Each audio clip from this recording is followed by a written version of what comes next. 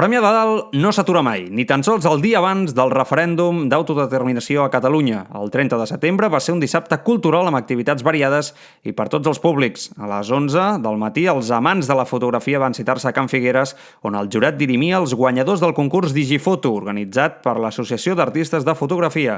S'hi van presentar 90 artistes, alguns internacionals, amb 258 fotografies. L'acte d'avui és el veredicte del concurs. O sigui, aquí, resumint, es tracta d'avaluar les fotos i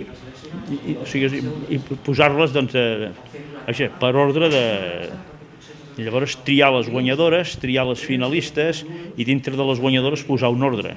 Els premis es lliuraran el proper 3 de novembre en un acte amb actuacions musicals. Tot seguit, a l'Espai Santana s'exhibien els poemes il·lustrats, fruit de la col·laboració d'entre l'Associació d'Artistes i l'Associació de Relataires, en què uns han posat els poemes i els altres els han il·lustrat.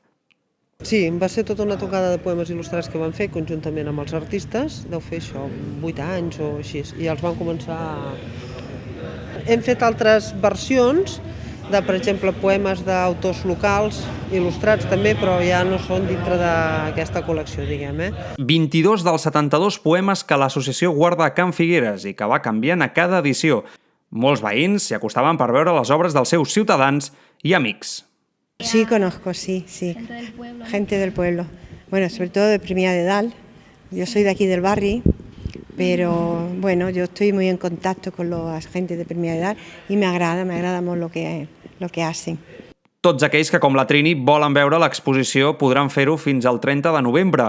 A la tarda, la 40a edició del Festival de Música del Maresme, que porta des del maig oferint concerts a diferents parts del poble, va acabar amb l'actuació de Duo Toccata i Violintàstic, al Teatre de la Societat Cultural Sant Jaume. Més tard, a la Masia de Can Ballarià, els organitzadors d'Avui Ovidi van desafiar la pluja amb el seu espectacle homenatge al poeta i cantant Ovidi Montllor, mort fa 22 anys.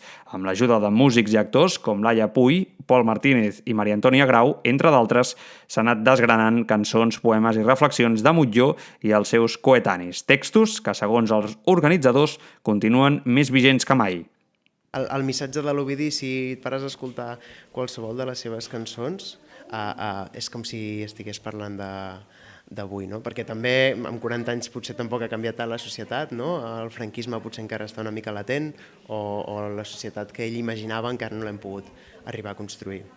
Can Ballarià va ser l'últim acte cultural del dia, però no serà el darrer. A partir de novembre preparen la tardor poètica amb 4 propostes literàries que seguirem atentament.